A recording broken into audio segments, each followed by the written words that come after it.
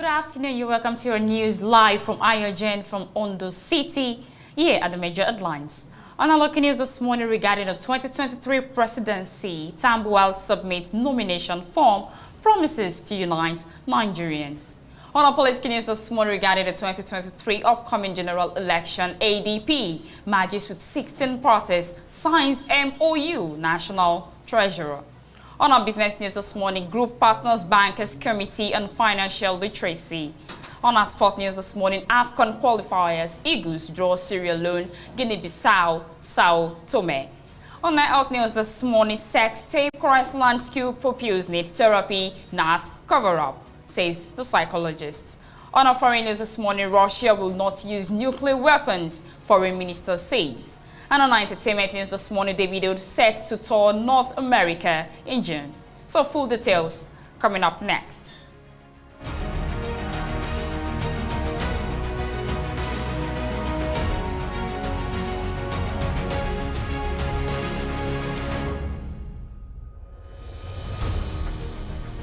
Welcome back. Regarding the 2023 general election presidency, Tambuwal submits nomination form, promises to unite Nigerians. Sokoto State Governor and presidential aspirant under the People's Democratic Party, Aminu Tambuwal, has submitted his presidential nomination form at the party secretariat. Speaking after submitting his nomination and expression of interest forms, the governor promised to unite the country if elected as president. Tambuwal said he decided to submit his form because of the overwhelming support he got from Nigerians over his ambitions, according to a statement. Nicholas Michzela, who represented Tambuwal, said, "Consensus is a good thing. It is healthy for the party. Our prayer is that the consensus will favor him. So far, he is the fourth-line aspirant. Our thinking, our prayer and hope is that the consensus will go his way. We are happy to state here that the support encouragement while he consulted widely has been very overwhelming, and for the fact that he is one presidential candidate that has traversed over the 360 federal constituencies of this country gives him on edge. He knows the demography and the geography of this country. He knows the problem of this country. He is the actual unifier. He is the bridge builder. He is so humble, and he's such a person that is so energetic and vibrant, and also that can be trusted to forge partnership and alliances and rescue and build this nation from where we have found ourselves today."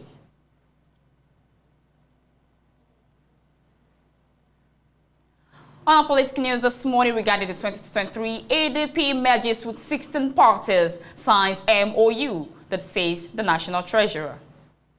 The Action Democratic PDP party has signed a memorandum of understanding with 16 other parties in the country for a merger over 2023 elections in Nigeria. Its leader in Abia State and National Treasurer, Oke Udo, has said, speaking with journalists in Umaya, he said that the party has been in consultation to form MOU called Third Force with about 16 other parties. According to him, the ADP was one of the strong parties in the country since 2019. The party is going for a merger that will produce the best candidates, Udo said, adding that but whenever that occurs, the ADP will not lose its identity. Continuing, he said the ADP can always stand on its own and cannot be swallowed by others who can only come and join. Such alliance will not swallow the identity of ADP. Udo stated that in partnership with state governors, the ADP was trying to build African Diplomatic Institute for research on African democracy that will afford researchers the opportunity to know more about the African model of democracy. On its congresses, Udo said that the party has done its state and local government area congresses, disclosing that by July, the party will consider consensus election but to avoid problems. The ADP National Treasurer regretted that in Abia, the state budget is worst managed, stating that only in the state will leaders go to the Senate to know how our money will be managed. Earlier in a speech, the state chairman of the party, Benjamin Arisa, informed faithful in the state that they were in for serious business.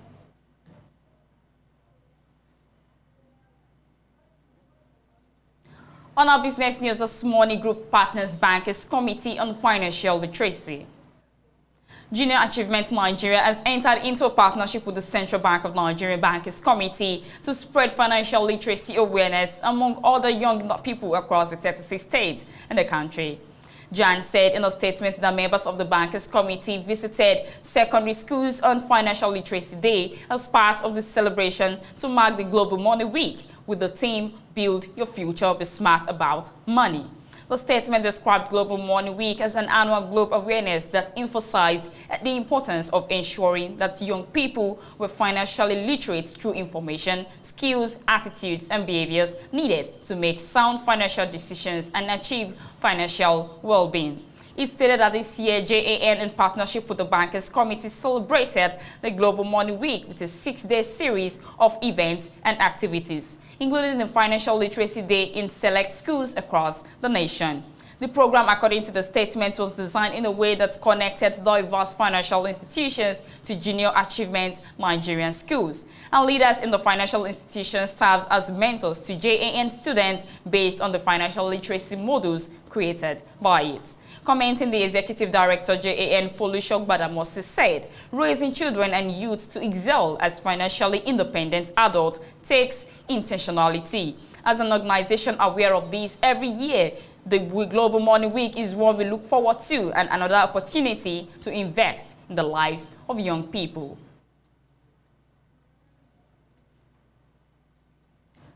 On our sport news this morning regarding AFCON qualifiers, Eagles draw Sierra Leone, Guinea-Bissau and Sao Tome. Three-time African champions Nigeria won Tuesday paired with Sierra Leone, Guinea-Bissau and Sao Tome and Principe in Group A of the qualifiers for the 2023 Africa Cup of Nations. The 34th edition of the biennial African Football Showpiece is scheduled to hold from June 23rd to July 24th, 2023 in Ivory Coast. The draw ceremony, which served up plenty of interesting match-ups, took place on Tuesday evening at the Super Sport Studios in Johannesburg, South Africa. A total of 48 countries, including host Ivory Coast, are eligible to feature in the financial stage of the qualifiers scheduled to begin in June across the continent. The 48 teams were drawn into 12 groups of 4 teams, Group A to L, with the top 2 teams from each group qualifying for the tournament to be played in the West African country. The Super Eagles faced familiar foes in Sierra Leone, who they also faced during the qualifiers for the 2021 edition, and Guinea-Bissau, their opponent at the 33rd AFCON in Cameroon earlier this year.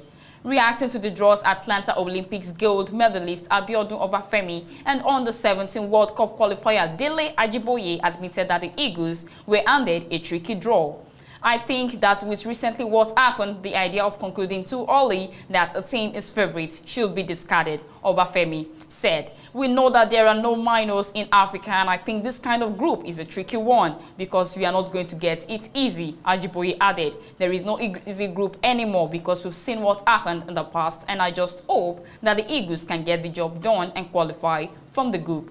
Defending champions Senegal are in Group L alongside Benin Republic, Mozambique and Rwanda. Egypt are in Group D and will face Guinea, Malawi and Ethiopia, while Ghana, who denied Nigeria a World Cup ticket, will battle Madagascar, Angola and Central African Republic in Group E.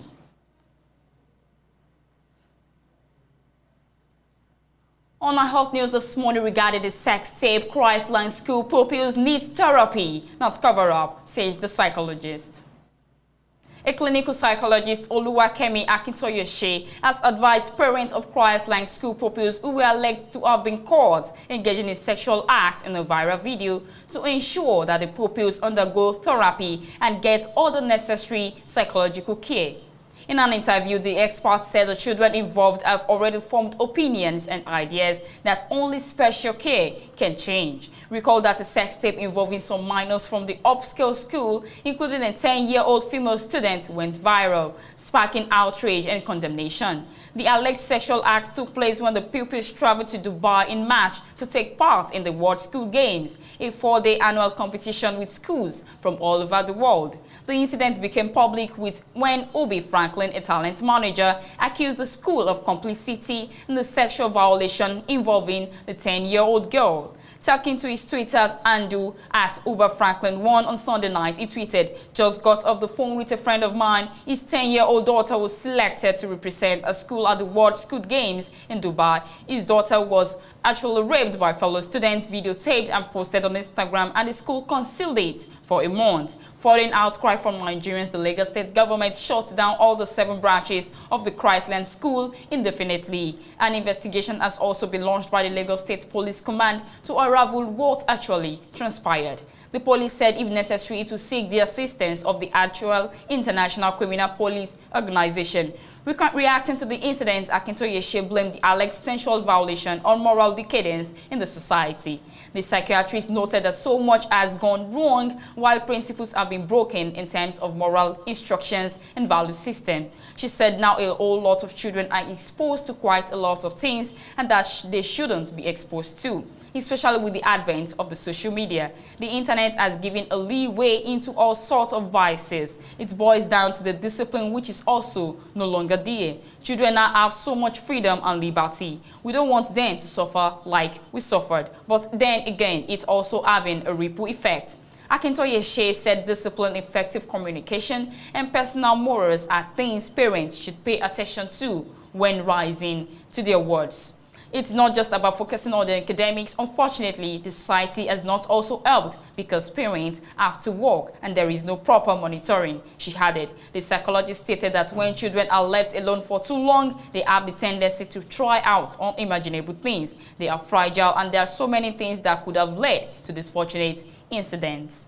They have peer pressure too. It is also possible that it was because of some of their friends do it that they also decided to try it out, she said. The psychologists, however, advised parents whose children allegedly featured in the sex tape to help their wards to get care psychological help. I would suggest that they help for these children as quickly as possible. It's not something you cover up, and I think that's one thing that we need to talk about. Let them get people who can help them, therapists who can help them to begin to understand life. They need to undergo therapy, she advised.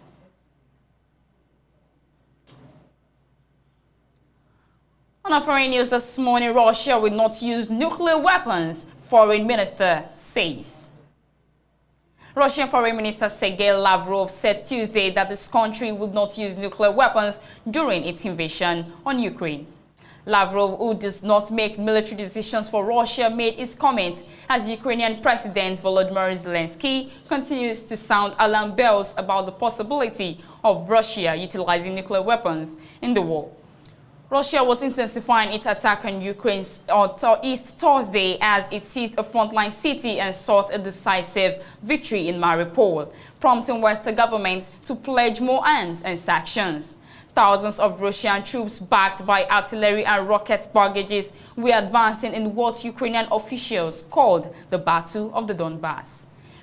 Russia's nearly 8-week-long invasion has taken longer than many expected, while still failing to capture any of the biggest cities, forcing Moscow to refocus its efforts around separatist regions in the east. The key we need to watch out for over the next 96 hours is what kind of momentum that Russia can attack south towards Mariupol and down to the Black Sea.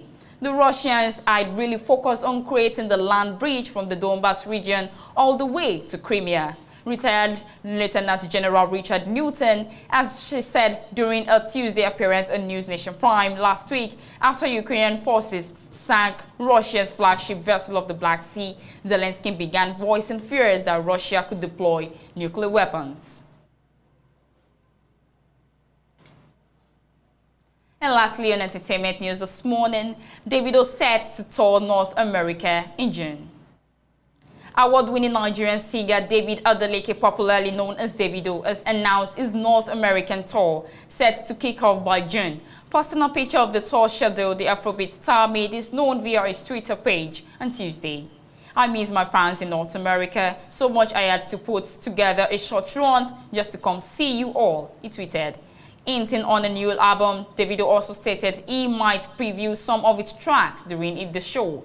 Going to be plenty of surprises, and I might preview a few songs of my new album. Tickets on sale everywhere this Friday, he tweeted. Tagged will rise by lifting orders. The tour will see Davido performing in Brooklyn, Toronto, Boston, Chicago, and Los Angeles from the 16th to the 25th of June 2022. Last month, the father of the three sold out the popular O2 Arena in London for his March concert. He had earlier sold out the 20,000 capacity event center in 2019. And that will be that on that news live from AYOGEN. We'll be right back. To stay with us.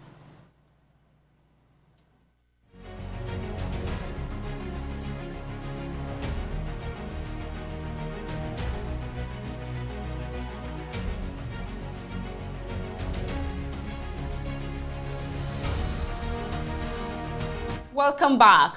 The major highlight of our headlines this afternoon. Regarding the 2023 presidency, Tambuwal submits nomination form, promises to unite Nigerians. On our political news this afternoon, regarding the upcoming 2023 general election, ADP merges with 16 parties, signs MOU, National Treasurer. On our business news, Group Partners Bankers Committee on Financial Literacy. On our sport news this morning regarding the AFCON qualifiers, Eagles draw Sierra Leone, Guinea-Bissau, Sao Tome. On our out news regarding the sex tape, Christland School pupils need therapy, not cover-up, says the psychologist. On our foreign news, Russia will not use nuclear weapons, foreign minister says.